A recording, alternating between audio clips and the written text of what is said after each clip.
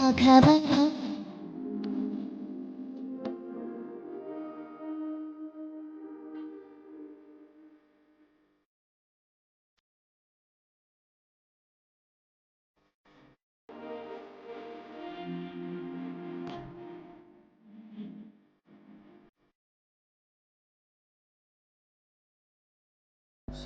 നമസ്കാരം.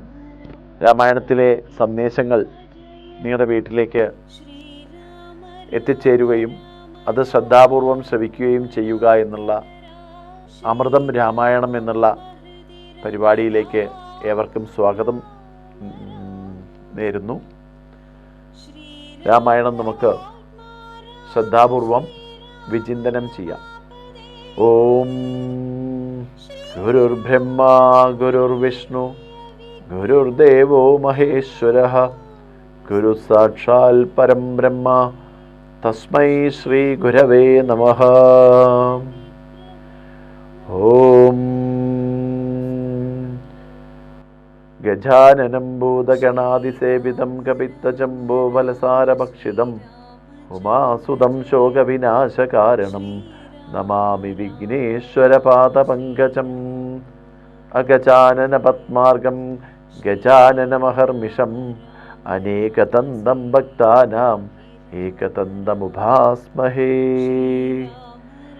ഓം സദാശിവസമാരംഭാം ശങ്കരാചാര്യമധ്യമാം അസ്മദാചാര്യപര്യന്താം വന്ദേ ഗുരുപരമ്പരാം.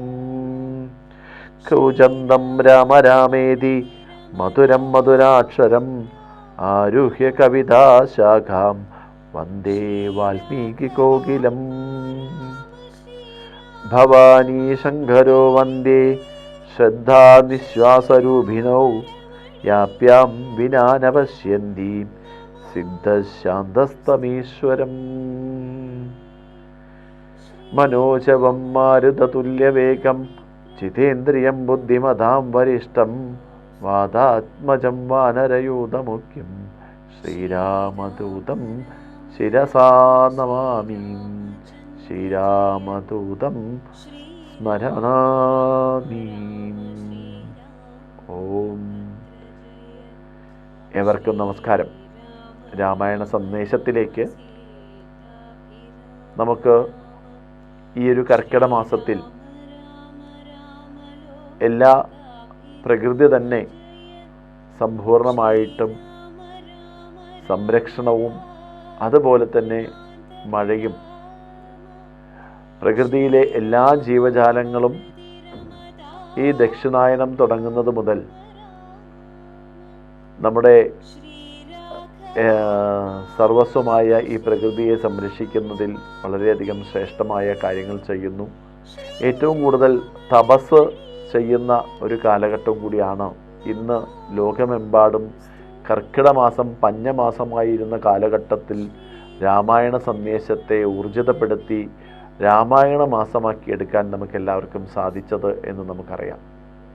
അപ്പം അതുകൊണ്ട് തന്നെ രാമൻ്റെ അയനത്തെക്കുറിച്ച്, അല്ലെങ്കിൽ രാമസ്യ അയനം എന്നുള്ള വാക്ക് നമുക്ക് ശ്രദ്ധിക്കുമ്പോൾ സീതയുടെ അയനം അല്ലെങ്കിൽ സീതയുടെ ചിന്തനം നമുക്ക് ഇവിടെ ശ്രദ്ധേയമാകുന്നു. സീതസ്യ അയനം എന്ന് പറയുമ്പോൾ സീത രാമൻ്റെ കൂടെ യാത്ര ചെയ്ത എല്ലാ മേഖലയെയും നമുക്ക് ഒന്ന് സ്പർശിക്കാം എന്നുള്ളതാണ് പറയാനുള്ളത്.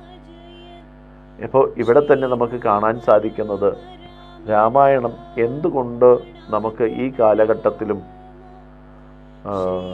ഈ പുരാണ ഗ്രന്ഥങ്ങൾ ശ്രേഷ്ഠമാകാൻ കാരണം, എത്രയോ വർഷങ്ങൾക്ക് അല്ലെങ്കിൽ എത്രയോ നൂറ്റാണ്ടുകൾക്ക് മുമ്പ് വിരചിതമായ ബ്രഹ്മാണ്ഡ പുരാണത്തിൽ അതിൽ നിന്നും ഒരു ശാഖയാണ് അല്ലെങ്കിൽ ഒരു ഭാഗമാണ് നമ്മൾ ഇന്ന് വായിച്ചു കൊണ്ടിരിക്കുന്ന വാൽമീകി രാമായണം. 24,000 ശ്ലോകങ്ങൾ നമുക്കതിൽ വാൽമീകി മഹർഷി നമുക്ക് എടുത്തു പറഞ്ഞ് രാമൻ്റെ യാത്രയെക്കുറിച്ചും രാമൻ്റെ ജീവിത രീതിയെ എല്ലാം നമുക്ക് ഒരു മനുഷ്യൻ എങ്ങനെ ജീവിക്കണം എന്നുള്ള ഒരു അന്ധമായ അല്ലെങ്കിൽ അന്ധസത്ത നമുക്ക് ജീവിതത്തിൽ കാണിച്ചു തരുന്നത് വാൽമീകി രാമായണത്തിലൂടെയാണ്. ഇവിടെയും നമുക്ക് കാണാൻ സാധിക്കുന്നു, കേരളത്തിൽ അല്ലെങ്കിൽ മലയാളികളായ നമ്മളെല്ലാവരും ഏറ്റവും കൂടുതലായിട്ട് ശ്രദ്ധേയമായി വായിക്കുന്നത് എന്ന് പറഞ്ഞാൽ അധ്യാത്മ രാമായണമാണ്. എന്തുകൊണ്ട് അധ്യാത്മ രാമായണം എന്ന് ചിന്തിക്കാം. പലരും പറയാറുണ്ട് വാൽമീകി രാമായണത്തിൻ്റെ ട്രാൻസ്ലേഷൻ മലയാള രൂപത്തിൽ വന്നത് അധ്യാത്മ രാമായണത്തിലാണെന്ന്. പക്ഷേ ആചാര്യന്മാരിൽ നിന്നും നമുക്ക് ശ്രവണം ചെയ്തതിലൂടെ വാൽമീകി രാമായണത്തിൻ്റെ മനസ്സിലാക്കിയ ഒരു സ്വരൂപം മാത്രമാണ് നമുക്ക് അധ്യാത്മ രാമായണത്തിലൂടെ കാണാൻ സാധിക്കുന്നത്. അവിടെയും നമുക്ക് തുഞ്ചത്ത് രാമാനുജൻ എഴുത്തച്ഛൻ അതിഗഹനമായിട്ട് നമുക്ക് രാമായണത്തെ നല്ലൊരു രീതിയിൽ മലയാള ഭാഷയുടെ പിതാവ് എന്നറിയപ്പെടാവുന്ന രീതിയിലുള്ള ആ ഒരു വാക്കുകൾ അല്ലെങ്കിൽ ആ ഒരു ശ്ലോകങ്ങൾ നമുക്ക് കൂട്ടിച്ചേർത്ത് നമ്മുടെ ജീവിതചര്യയാക്കി തന്നപ്പോൾ അതും നമുക്ക് ശ്രേഷ്ഠമാക്കിയെടുക്കാൻ സാധിച്ചു എന്നുള്ളതാണ്. അപ്പോൾ ഇത്തരത്തിൽ രാമായണത്തെ നമുക്ക് പഠിക്കുന്ന സമയത്ത്, അത് പ്രാബല്യത്തിൽ കൊണ്ടുവരുന്ന സമയത്ത്, നമ്മുടെ ജീവിതവുമായിട്ട് മുന്നോട്ട് വരുന്ന സമയത്ത് ഇവയെല്ലാം നമുക്ക് രാമായണത്തെ, രാമൻ്റെ ജീവിത പ്രവർത്തികൾ, ജീവിച്ചിരുന്ന സമയത്ത് അദ്ദേഹം ചെയ്തിരുന്ന ഓരോ കാര്യങ്ങളെയും മനസ്സിലാക്കിയെടുക്കുകയും ആ മനസ്സിലാക്കിയെടുക്കുന്നതിലൂടെ ആ രാമൻ്റെ സ്വഭാവങ്ങൾ നമ്മുടെ ജീവിതത്തിലേക്ക് പകർന്നു നൽകുകയും ശ്ലോകവായനയിലൂടെ നമുക്ക് മനസ്സിനെ നിയന്ത്രിക്കാനുള്ള മനോനിയന്ത്രണമായ ഒരു ഉപാസകനായി മാറാൻ നമുക്ക് എല്ലാവർക്കും സാധിക്കുന്നു എന്നുള്ളതാണ്. പ്രത്യേകിച്ച്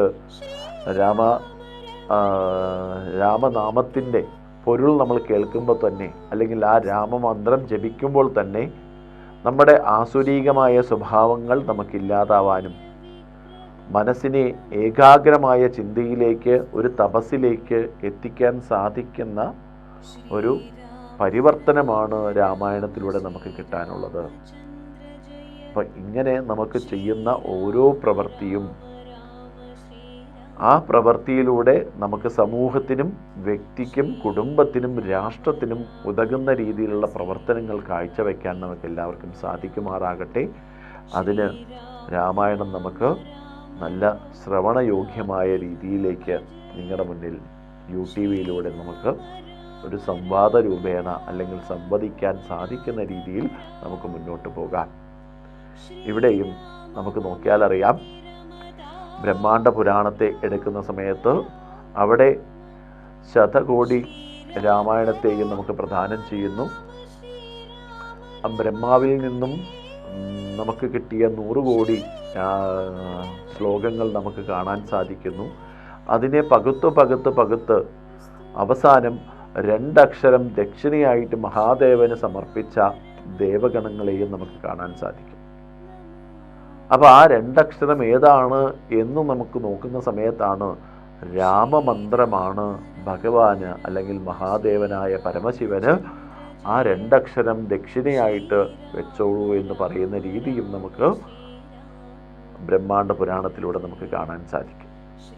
അപ്പോൾ അത്തരത്തിൽ ആ രാമസന്ദേശം നമുക്ക് എല്ലാ ദേവഗണങ്ങൾക്കും, എല്ലാവർക്കും, അതായത് ഈ ബ്രഹ്മാണ്ഡം മുഴക്കിയുള്ള എല്ലാവർക്കും ശ്രവിക്കാവുന്നതാണ്, ശ്രദ്ധിക്കാവുന്നതാണ്, ചിന്തനം ചെയ്യാവുന്നതാണ്, ജീവിതത്തിൽ മാർഗമാക്കാൻ സാധിക്കുന്നതാണ് എന്ന് മനസ്സിലാക്കി തരുന്നു എന്നുള്ളതാണ്. അപ്പോൾ അങ്ങനെയുള്ള രാമായണത്തെയാണ് മഹാമുനിയായ നാരദനിലൂടെ വാൽമീകി മഹർഷി നമുക്ക് പകർന്നു തന്നത്. ഇവിടെയും ചിന്തനം ചെയ്യുന്ന ഒരു ഭാഗം നമ്മളെടുത്തു നോക്കിയാൽ, ഇത്രയും തപസ്യായ ശ്രേഷ്ഠൻ വാൽമീകി മഹർഷിയെ നമുക്ക് പുരാവൃത്തത്തിലൂടെ നമുക്ക് കാണാമെങ്കിലും നമുക്കിവിടെ നാരദമുനിയെ പ്രദാനം ചെയ്യുന്ന സമയത്ത് ആ നാരദമുനി ഇത്രയും ശ്രേഷ്ഠനായ ഒരു മുനിശ്രേഷ്ഠനാണ് എന്ന് നമുക്ക് വാൽമീകി രാമായണത്തിലൂടെ കാണാൻ സാധിക്കുന്നത് മഹാഭാഗ്യം തന്നെയാണ്. കാരണം വാൽമീകി രാമായണത്തിൽ നമുക്ക് കാണാൻ സാധിക്കുന്നത് വേദവേദോ പരേ പുംസി ജാതേ ദശരഥാത്മജേ വേദപ്രാചേദാസീത് സാക്ഷാത് രാമായണം പരാ.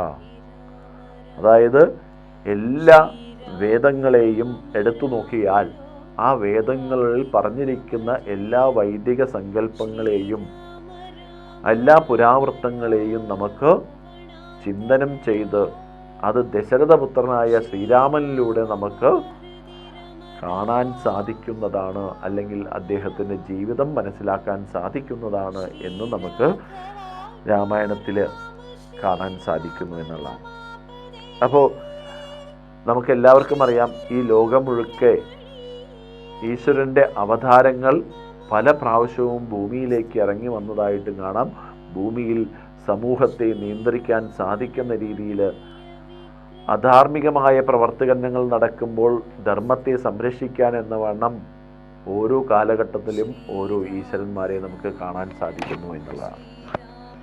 അങ്ങനെയുള്ള സമയത്താണ് രാമായണത്തിൻ്റെ ഏറ്റവും മുഖമുദ്ര എന്ന് പറയുന്നത് രാമൻ ധർമ്മത്തിൻ്റെ ഒരു വിഗ്രഹമാണ്, ധർമ്മത്തിൻ്റെ വിഗ്രഹമാണ് എന്ന് നമുക്ക് കാണാൻ സാധിക്കുന്നുണ്ട്. അപ്പോൾ ഇതെല്ലാം നമുക്ക് മനസ്സിലാവണമെങ്കിൽ നമ്മുടെ ജീവിതത്തിലും രാമമന്ത്രത്തിൻ്റെ തപസ് എത്തിച്ചേരണമെന്ന് വിനീതമായിട്ട് അഭ്യർത്ഥിക്കുകയാണ്. അപ്പോൾ ഇന്ന് കർക്കിടക മാസം 1-ാം തീയതിയാണ്. ഇന്ന് സംക്രമം നടക്കുന്നതാണ്. ഉത്തരായണത്തിൽ നിന്നും ദക്ഷിണായനത്തിലേക്ക് നമുക്ക് സൂര്യൻ്റെ വ്യതിയാനം നടക്കുന്ന സമയത്ത് പ്രകൃതി തന്നെ വളരെയധികം പരിപൂർണമായിട്ട് സർവ ജീവജാലങ്ങൾ തുടങ്ങി സസ്യലതാദികൾ തുടങ്ങിയിട്ടുള്ള എല്ലാവരും മഴ കൊണ്ട് വർഷിച്ച് പ്രകൃതി വളരെയധികം മഴ കൊണ്ട് ശുദ്ധമാക്കുകയും അതുപോലെ അതിനെ തണുപ്പിക്കുകയും അതിനെ സോഫ്റ്റാക്കുകയും ചെയ്യുന്നു എന്നുള്ളതാണ്. മൃദുലമാക്കുന്ന രീതിയിലേക്ക് നമുക്ക് കാണാൻ സാധിക്കും. അതുകൊണ്ട് തന്നെ നമുക്ക് അറിയാൻ സാധിക്കുന്നു, പല സമയത്തും നമ്മുടെ നാശനഷ്ടങ്ങൾ ഉണ്ടാകുന്നത് വെള്ളം കയറി വന്ന് പല വീടുകൾ നഷ്ടപ്പെടുന്നു, അതുപോലെ മരങ്ങൾ വീണു പോകുന്നു, പല രീതിയിലുള്ള പ്രശ്നങ്ങൾ നമ്മുടെ സമൂഹത്തിൽ നടക്കുന്നത് നമുക്കറിയാൻ സാധിക്കുന്നു. അപ്പോൾ ഇത്തരത്തിൽ നമ്മുടെ സമൂഹത്തിൽ നടക്കുന്ന പ്രശ്നങ്ങൾ നമുക്ക് രാമമന്ത്രം കൊണ്ട് എങ്ങനെ നേരിടാൻ സാധിക്കും, എങ്ങനെ പ്രതികരണം ചെയ്യാൻ നമ്മുടെ മനസ്സിനെ നിയന്ത്രിക്കാൻ നമുക്ക് സാധിക്കുമെന്നുകൂടി ഇവിടെ നമുക്ക് ചിന്തിക്കാവുന്നതാണ്. പ്രതികരിക്കാന്ന് വെച്ചാൽ മരം വീഴുന്നത് ആ മണ്ണ് മൃദുലമാവുമ്പോഴാണ്. അപ്പോൾ ആ മൃദുലമാവുന്ന സമയത്താണ് നമ്മുടെ മനസ്സും നമ്മുടെ ഏകാഗ്രമായ ചിന്തകളെ വിട്ടുപോയി ചിലപ്പോൾ നമുക്ക് നമ്മുടെ ജീവിതം തന്നെ നഷ്ടപ്പെടുന്ന രീതിയിലേക്കുള്ള ഒരു മാർഗം ചിലപ്പോൾ തിരഞ്ഞെടുക്കുന്നത് മനസ്സ് നിയന്ത്രിക്കാൻ പറ്റണം. അപ്പോൾ ദുർബലമായ മനസ്സിനെ ശക്തമായ മനസ്സാക്കിയെടുക്കാൻ ആ രാമമന്ത്രത്തിന് സാധിക്കട്ടെ എന്ന് നമുക്ക് പ്രാർത്ഥിക്കാം. ഇവിടെയും നമുക്ക് നോക്കിയാൽ നമ്മൾ ചെയ്യുന്ന ഓരോ കർമ്മങ്ങളും വേദത്തിൽ പറയുന്നുണ്ട്. ആ വേദത്തിൽ ധർമ്മത്തെക്കുറിച്ചും പറയുന്നുണ്ട്, അധാർമികമായ പ്രവർത്തിക്കുന്ന കാര്യങ്ങളെയും പറയുന്നുണ്ട്. അപ്പോൾ ധർമ്മോ അവിരുദ്ധോ ഭൂതേഷു കാമോസ്മി ഭരതർഷഭ, വേദം പറയുന്ന രീതിയിൽ അനുഷ്ഠിക്കാൻ നമുക്ക് സാധിക്കണം. അപ്പോൾ എന്തെല്ലാമാണ് വേദം പറയുന്നത്?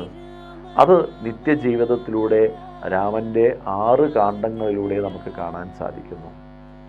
എന്ത് ചെയ്യണം, എന്ത് ചെയ്യാൻ പാടില്ല, എന്ത് മനസ്സിൽ ചിന്തിക്കണം, എന്ത് ചിന്തിക്കാൻ പാടില്ല എന്നൊക്കെ നമുക്ക് കൃത്യമായി മനസ്സിലാക്കി തരുന്നു എന്നുള്ളതാണ്. അപ്പോൾ അങ്ങനെ വേദത്തെ സംരക്ഷിക്കുന്ന ഋഷികളെ പോലെ നമ്മുടെ ജീവിതവും ഈ ഒരു മാസം കൊണ്ട് ഋഷിപ്രോക്തമായ വചനങ്ങൾ കേൾക്കുന്നതിലൂടെ ആ ഋഷി തുല്യരായിട്ടിരിക്കാൻ നമുക്ക് സാധിക്കാം. അപ്പോൾ പുരാണ ഗ്രന്ഥങ്ങൾ നമ്മുടെ ജീവിതവുമായി ബന്ധപ്പെടുത്തിക്കൊണ്ടാണ് നമുക്ക് കാണാൻ സാധിക്കുന്നത്. ഇവിടെയും നമ്മൾ ചിന്തിക്കേണ്ട ഒരു വിഷയം, 4 വേദങ്ങൾ നമുക്കുണ്ട്. ആ 4 വേദങ്ങളെ നമ്മൾ എടുത്തു നോക്കുന്ന സമയത്ത് ഋഗ്വേദവും യജുർവേദവും സാമവേദവും അഥർവവേദവും, ഇവിടെ ഈ വേദങ്ങൾ നമുക്ക് പഠിക്കുവാനും അത് പ്രചരിപ്പിക്കുവാനും സാധിക്കുകയും, പക്ഷെ അത് ഉൾക്കൊള്ളുന്ന മാതൃകയിൽ ഒരു വ്യക്തി നിർമ്മാണം ഉണ്ടാക്കിയെടുക്കാനാണ് മഹാഭാരതവും രാമായണവും നമ്മുടെ ഉള്ളിലേക്ക് തന്നിരിക്കുന്നത്. കാരണം ആദ്യത്തെ പടവുകൾ എന്നുള്ള രീതിയിലേക്ക് രാമായണത്തെ നമുക്ക് മുന്നോട്ട് കൊണ്ടുവരാവുന്നതാണ്. മഹാഭാരതവും നമ്മൾ എടുത്തു നോക്കിക്കഴിഞ്ഞാൽ ആ പുരാണ ഗ്രന്ഥവും പല ചിന്തനങ്ങൾ നമുക്ക് കൊണ്ടുതരുന്നുണ്ട്. പക്ഷെ അത് ചിന്തിക്കാനുള്ള മാനസിക ആരോഗ്യം നമുക്ക് വർദ്ധിപ്പിക്കണം, ബുദ്ധിശക്തി വർദ്ധിപ്പിക്കാനാണ് തപസ് എന്നുള്ള ശക്തിയിലേക്ക് നമ്മൾ വരേണ്ടത്. അപ്പോൾ ഇവിടെയും നമ്മൾ ചിന്തിച്ചു കഴിഞ്ഞാൽ രാമായണം വാൽമീകിയിലൂടെ നമുക്ക് കിട്ടിയ ഒരു സമ്പത്താണ് എന്ന് നമുക്ക് പറയാൻ സാധിക്കുന്നു. 24,000 ശ്ലോകങ്ങൾ നമുക്ക് രാമായണത്തിൽ കാണാൻ സാധിക്കുന്നു. അവിടെ ബാലകാന്ഡം തുടങ്ങി യുദ്ധകാന്ഡത്തിലെയും ഉത്തരകാന്ഡത്തിലെയും എല്ലാ ഭാഗങ്ങളും നമുക്ക് ഒന്ന് ചിന്തനം ചെയ്യാമെന്ന് മാത്രമാണ്. പിന്നെ ഇതിനകത്ത് എത്രയോ അധികം കഥാപാത്രങ്ങളെ നമ്മുടെ മനസ്സിലേക്ക് കൊണ്ടുവരാൻ സാധിക്കും. ആ കഥാപാത്രങ്ങളിൽ യഥാസമയത്ത് രാമായണത്തിലൂടെ നമുക്ക് മനസ്സിലാക്കുകയും ആ കഥാപാത്രങ്ങൾ ചെയ്യേണ്ട പ്രവർത്തനം അതാത് കാലഘട്ടങ്ങളിൽ ചെയ്തുകൊണ്ട് അവർ രാമമന്ദിരത്തിലേക്ക് കയറി വന്നതായിട്ട് നമുക്ക് കാണാൻ സാധിക്കും. അപ്പോൾ ഉദാഹരണത്തിന് ഒട്ടനവധി ആൾക്കാരെ നമുക്ക് എടുക്കാൻ സാധിക്കും. ജഡായുവിനെ നമുക്ക് എടുക്കാൻ സാധിക്കും, കബന്ധനെ നമുക്ക് എടുക്കാൻ സാധിക്കും, അതുപോലെ രാവണനെ നമുക്ക് എടുത്തു നോക്കാൻ സാധിക്കും. അപ്പോൾ ഇങ്ങനെ ഓരോ വ്യക്തികളും, അതായത് രാമായണം നമുക്ക് തരുന്ന സന്ദേശം, ഓരോ വ്യക്തികളും രാമനിലേക്ക് എത്താനുള്ള ദൂരം എത്രയാണ് എന്ന് മനസ്സിലാക്കിയെടുക്കലാണ് ആ ധർമ്മബോധത്തിലൂടെ അല്ലെങ്കിൽ രാമമന്ത്രത്തിലൂടെ നമുക്ക് സാധിക്കേണ്ടത് എന്നാണ് എനിക്ക് പറയാനുള്ളത്. ഇവിടെയും തുളസീദാസ് രാമായണം നമ്മളോട് ഒരു ശ്ലോകം ഞാൻ ചൊല്ലുകയുണ്ടായി. ഭവാനി ശങ്കരോ വന്ദേ ശ്രദ്ധാനിശ്വാസരൂപിണോ യാപ്യാം വിനാന പശ്യന്തി സിദ്ധ ശാന്തസ്തമീശ്വരം. ഭവാനി ശങ്കരനെ നമിക്കുന്നു. അതായത് ഇവിടെ നമുക്ക് അധ്യാത്മരാമായണം പ്രത്യേകിച്ച് നമുക്ക് കാണിച്ചു തന്നു വരുമ്പോൾ ആ അധ്യാത്മരാമായണത്തിലൂടെ പത്നിയായ പാർവതീദേവി ശിവഭഗവാനെ ഗുരുസ്ഥാനത്ത് ഇരുത്തിക്കൊണ്ടാണ് നമുക്ക് പറയുന്നത്. ചോദിക്കുന്ന ചോദ്യങ്ങൾ കൃത്യമായി നമുക്ക് പറഞ്ഞു തരാവുന്ന രീതിയിലേക്ക് സ്വന്തം സഹധർമ്മിണിയോട് അല്ലെങ്കിൽ പത്നിയോട് എങ്ങനെയാണോ ആ ഒരു രാമമന്ത്രത്തിൻ്റെ ശക്തി എന്താണെന്ന് മനസ്സിലാക്കി കൊടുക്കുകയും രാമധർമ്മം എന്താണെന്ന് മനസ്സിലാക്കി കൊടുക്കുകയും ചെയ്യുന്നത്, അതും നമുക്കിവിടെ മനസ്സിലാക്കാവുന്നതാണ്. അപ്പം നമുക്ക് വേദങ്ങളെല്ലാം നോക്കിയാൽ ഗുരു ശിഷ്യ ബന്ധത്തിലൂടെ നമുക്ക് കാണാൻ സാധിക്കും. പുരാണ ഗ്രന്ഥങ്ങളെല്ലാം സുഹൃത്തിനോട് പറയുന്ന രീതിയിൽ നമുക്ക് കാണാൻ സാധിക്കും, അല്ലെങ്കിൽ സഹധർമ്മം അനുഷ്ഠിച്ചു വരുന്നവരോട് പറഞ്ഞു കൊടുക്കുന്ന രീതിയിൽ നമുക്ക് കാണാൻ സാധിക്കും. അപ്പോൾ ഇത്തരത്തിൽ നമുക്ക് ഈ ഒരു ഗ്രന്ഥങ്ങളുടെ വിശേഷങ്ങൾ മനസ്സിലാക്കിയെടുക്കാൻ സാധിക്കുന്ന പോലെ ഇവിടെ ഭവാനി ശങ്കരനെ നമിക്കുന്നു എന്നും ശ്രദ്ധയും വിശ്വാസവും നമ്മുടെ രൂപമാണ് അല്ലേ. അപ്പോൾ നമുക്ക് ചിന്തിച്ചു നോക്കൂ, നമ്മൾ രാമൻ്റെ രൂപത്തെ നമ്മൾ ആരും കണ്ടിട്ടില്ല, പക്ഷേ ഒരു രൂപകൽപ്പന നമുക്ക്, ഒരു മാതൃക നമുക്ക് കാണാൻ സാധിക്കും. മനുഷ്യരൂപത്തിലുള്ള ശ്രീരാമചന്ദ്രനെ നമുക്ക് കാണാൻ സാധിക്കും. ആ മനുഷ്യരൂപത്തിലുള്ള ശ്രീരാമൻ്റെ ഗുണങ്ങളെ നമുക്ക് വർണ്ണിക്കുമ്പോഴാണ് അദ്ദേഹത്തിൻ്റെ നെറ്റിത്തടം ഇത്രയുണ്ടായിരുന്നു, അദ്ദേഹത്തിൻ്റെ കൈകൾ, കാലുകൾ, അതുപോലെ തോൾത്തടങ്ങളെല്ലാം നമുക്ക് വർണ്ണിക്കുന്ന ഒരു ഭാഗം എത്തുമ്പോൾ അദ്ദേഹത്തിൻ്റെ ശരീരപ്രകൃതി എത്ര ഊർജ്ജസ്വലമാണ്, എത്ര ആകർഷണീയമാണ് എന്നെല്ലാം നമുക്ക് ഇവിടെ ചിന്തിക്കാൻ സാധിക്കും. അപ്പോൾ എന്തുകൊണ്ടാണ് അതും കൂടി പറയുന്നത് വെച്ചാൽ, ഒരു പുരുഷൻ്റെ വീര്യത്തെയും ധൈര്യത്തെയും നമുക്ക് കാണാൻ സാധിക്കുന്നത് പോലെ തന്നെ ആ പുരുഷൻ സമൂഹത്തിനോടുള്ള സുഹൃത് ബന്ധം അല്ലെങ്കിൽ സൗഹൃദം, അതിനെയും കാഴ്ചപ്പെടുത്തുന്ന രീതിയിൽ വാൽമീകി നമുക്ക് വർണ്ണിച്ചിട്ടുണ്ട്. ഇവിടെ വാൽമീകി മഹർഷി നമുക്ക് ഒരു ശ്ലോകം നമുക്ക് പറയുന്നു. മാ നിഷാദ പ്രതിഷ്ഠാം ത്വമഗമ ശാശ്വതീ സമാഹ ഏകമവതി കാമമോഹിതം എന്നുള്ള ഒരു ശ്ലോകം നമുക്ക് കാഴ്ചവെക്കുന്നുണ്ട് അല്ലേ. ഇന്ന് കാലത്ത് നമ്മുടെ സമൂഹത്തിൽ വ്യക്തി തലത്തിലുള്ള ആൾക്കാർ സ്വന്തം വ്യക്തി നിർമ്മാണത്തിന് ഉപരിയായിട്ട് വേറൊന്നും ഇല്ലാതെ മറ്റുള്ളവരെ ഹീനമായി ഉപയോഗിക്കുകയോ അല്ലെങ്കിൽ അവരെ നിരുത്സാഹപ്പെടുത്തുകയോ അവരെ വേദനിപ്പിക്കുകയോ ചെയ്യുന്ന ആൾക്കാരെ നമുക്ക് എല്ലാവർക്കും കാണാൻ സാധിക്കും. അപ്പോൾ അങ്ങനെ ഒരു വേദനാജനകമായ ഒരു കാഴ്ചയിലൂടെയാണ് വാൽമീകിയുടെ ശിഷ്യനായ ഭരദ്വാജൻ ആ ശ്ലോകം ആശ്രമം വരെ ചൊല്ലി നടന്നു എന്ന് നമുക്ക് കാണാൻ സാധിക്കും. കാരണം തമസാ നദീതീരത്ത് സന്ധ്യാവന്ദനത്തിനും ജപസാധനയ്ക്കും കുളി കഴിഞ്ഞ് ബസാ നദീതീരത്ത് ജപിക്കാൻ വേണ്ടി പോയിരുന്ന വാൽമീകി മഹർഷി തൻ്റെ ശിഷ്യഗണങ്ങളോട് ചേർന്ന് പോയിരുന്ന ആ സമയത്ത് ഒരു വേടൻ അമ്പ് ചെയ്ത് ഒരു പുരുഷനായ കിളിയെ അസ്ത്രമെയ്ത് താഴത്ത് വീഴുകയും അത് മരിക്കുകയും ചെയ്തപ്പോൾ കൂടെയുണ്ടായിരുന്ന അതിൻ്റെ സ്ത്രീ, അല്ലെങ്കിൽ നമ്മളെല്ലാം പറയുന്ന ഭാര്യാഭർത്തൃ വിശേഷണങ്ങൾ പറയുന്ന പോലെ തന്നെ ആ കിളി സഹധർമ്മിണിയാണെന്ന് നമുക്കിവിടെ പറയാൻ സാധിക്കും. അപ്പോൾ ആ കിളി പൊട്ടിക്കരഞ്ഞുകൊണ്ട് തൻ്റെ പുരുഷൻ്റെ മുന്നിൽ വാവിട്ട് കരയുന്ന ഒരു സങ്കല്പം നമുക്ക് കാണാൻ സാധിക്കും. അവിടെ അത്രയും തപസ്വിയായ മുനിശ്രേഷ്ഠന് പോലും അവിടെ വേദനാജനകമായി വേടനോട് ശാപമരുളുന്ന രീതിയിലുള്ള ശ്ലോകങ്ങൾ പുറത്തു വന്നു എന്ന് നമുക്ക് കാണാൻ സാധിക്കും. അപ്പോൾ ഈ ശ്ലോകങ്ങളെ തന്നെ മാ നിഷാദ എന്ന് പറയുമ്പോൾ അരുതേ കാട്ടാള എന്ന് പറയുന്നുണ്ട്. ആ ലക്ഷ്മി ദേവിയുടെ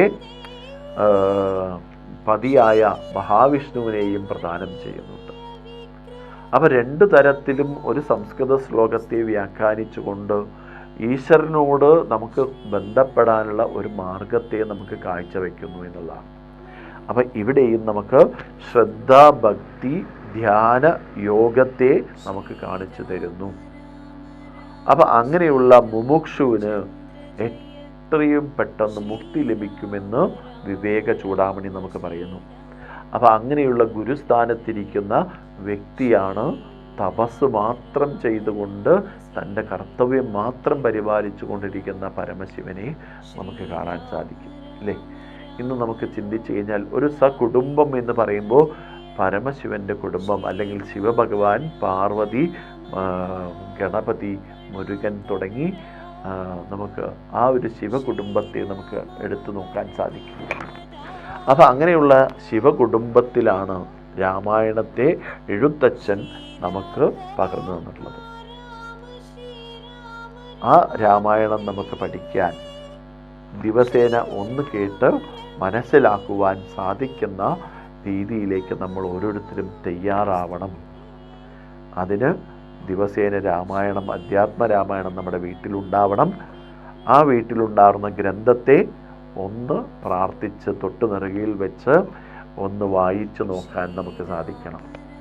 അപ്പോൾ ആദ്യം തന്നെ ആ ധ്യാന ശ്ലോകങ്ങൾ എടുത്തു നോക്കിയാൽ ശ്രീരാമ രാമ രാമേതി എന്ന് തുടങ്ങുന്ന ആ മന്ത്രങ്ങൾ അവിടെ നിന്നും അടുത്ത അധ്യായങ്ങളിലേക്ക് പ്രവേശിക്കുന്ന സമയത്ത് ഉമാമഹേശ്വര സംവാദം എന്നുള്ള രീതിയിലേക്ക് നമുക്ക് കാണാൻ സാധിക്കും. അപ്പോൾ ഉമ എന്ന് പറയുന്നത് ശിവന്റെ പത്നിയായ പാർവതി ദേവി. ഉമ ചോദിക്കുന്ന ചോദ്യങ്ങൾ ഒരു ശിഷ്യൻ എങ്ങനെയാണോ ഗുരുവിനോട് ചോദിക്കുന്നത്, ആ ചോദ്യങ്ങളെ മുൻനിർത്തിക്കൊണ്ട് ഉത്തരം പറയുന്ന മഹാദേവനെ നമുക്ക് കാണാൻ സാധിക്കും. അപ്പോൾ ഇവിടെ രണ്ട് കാര്യങ്ങളാണ് നമ്മൾ പറയുന്നത്. ഒന്ന്, വാൽമീകി മഹർഷി നാരദനോട് ചോദിക്കുന്നു. ആ ചോദ്യങ്ങൾക്ക് കൃത്യമായ ഉത്തരം കൊടുത്തുകൊണ്ട് നാരദ മഹർഷി ആ വാൽമീകി സന്ദേശം അനുഗ്രഹമായിട്ട് രാമകഥയെ പറഞ്ഞു കൊടുക്കുന്നു. അതേ രാമകഥയെ അധ്യാത്മരാമായണത്തിലേക്ക് എടുക്കുന്ന സമയത്ത് ഉമാമഹേശ്വര സംവാദത്തിലൂടെ നമുക്ക് മനസ്സിലാക്കാൻ സാധിക്കും. ഇവിടെയും എഴുത്തച്ഛൻ ചെയ്ത ഒരു പ്രവർത്തനം എന്ന് നമുക്ക് നോക്കിയാൽ, ശാരിക പൈതലായ ഒരു തത്തക്കിളിയെ കൊണ്ട് നമുക്ക് കഥ പറയിപ്പിച്ചു തന്നു എന്നുള്ളതാണ്. എന്തുകൊണ്ടെന്നുവെച്ചാൽ തത്തയെ എടുക്കാൻ തന്നെ കാരണം നമ്മൾ പറഞ്ഞ കാര്യങ്ങൾ തിരിച്ച് തത്തമ്മ പറഞ്ഞു തരുന്നത് നമുക്ക് കാണാൻ സാധിക്കും. ഒരു വാക്ക് പോലും അണുവിട വിടാതെ പറഞ്ഞു കൊടുത്ത കാര്യങ്ങൾ തിരിച്ചു പറയാൻ സാധിക്കുക എന്നുള്ളത്. അപ്പോൾ ഈ രാമായണ മാസത്തിൽ രാമമന്ത്രത്തെ നമുക്ക് ജപിക്കുന്നതിലൂടെ എങ്ങനെയാണോ ആ ഒരു ഈശ്വര ചൈതന്യം അല്ലെങ്കിൽ ആ ഒരു അനുഗ്രഹം നമ്മുടെ വീടുകളിലേക്ക്, നമ്മുടെ കുടുംബങ്ങളിലേക്ക്, നമ്മുടെ രാഷ്ട്രത്തിലേക്ക്, നമ്മുടെ സമൂഹത്തിലേക്ക് വ്യാപരിക്കുന്നത്, അത് നമുക്ക് ഈ ശക്തിയായ തപസ്സിലൂടെ നമുക്ക് സാധന ചെയ്യണം എന്നുള്ളതാണ് എനിക്കിന്ന് പറയാനുള്ളത്. ഇവിടെയും നമുക്ക് നോക്കിക്കഴിഞ്ഞാൽ വാൽമീകി മഹർഷിയെ നമുക്ക് കാണാൻ സാധിക്കുന്ന സമയത്ത് ആ നാരദ മുനിശ്രേഷ്ഠൻ പറഞ്ഞു കൊടുക്കുന്ന ശ്ലോകം എടുത്തു നോക്കിയാൽ വാൽമീകി രാമായണത്തിൽ തപസ്വാധ്യായ നിരതം തപസി വാഗ്വിതാംബരം നാരദം പരിവപ്രശ്ച എന്ന് ശ്ലോകം തുടങ്ങി ആ തപസ്സിനെ പ്രദാനം ചെയ്യുന്നു. അപ്പോൾ കർക്കിടക മാസം 1-ാം തീയതി നമുക്ക് വൃദ്ധാചരണത്തേക്കാൾ കൂടുതൽ നമുക്ക് തപസ്സിലേക്ക് പോകണം. ആ തപസ് നമ്മുടെ ജീവിതമാക്കണം. രാമമന്ത്രം നമുക്ക് നാവിൽ ഉച്ചരിക്കുവാനും മനസ്സിൽ രാമമന്ത്രത്തിൻ്റെ ശക്തി ഊർജിതപ്പെടുത്തുവാനും നമുക്ക് സാധിക്കണം. അങ്ങനെയുള്ള നാരദൻ നമുക്ക് അനുഗ്രഹീതനാണ്. ഇപ്പോൾ നമുക്കെല്ലാവർക്കും അറിയാം, പൂജ ചെയ്ത് പാദപൂജ ചെയ്താൽ പോലും അവിടെയും നമുക്ക് വിവാദങ്ങൾ ഉണ്ടാക്കുന്ന ഒരു സന്ദർഭം കാണുന്നു. അപ്പോൾ അതുകൊണ്ട് തന്നെ നാരദനെ നമുക്ക് മുനിശ്രേഷ്ഠനായിട്ട് മനസ്സിലാക്കാമെന്നുള്ളതാണ് നിങ്ങൾ വാൽമീകി രാമായണത്തിലൂടെയും തുഞ്ചത്ത് രാമാനുജൻ്റെ എഴുത്തച്ഛൻ്റെ അധ്യാത്മ രാമായണത്തിലൂടെയും നമുക്ക് ഒരു ചിന്തനത്തിലൂടെ അമൃതം രാമായണം എന്നുള്ള ഈ പരിപാടിയിലേക്ക് നമുക്ക് ശ്രദ്ധേയമാക്കിയെടുക്കാൻ സാധിക്കുക എന്നുള്ളതാണ് ലക്ഷ്യമാക്കുന്നത്. എല്ലാവർക്കും നമസ്കാരം.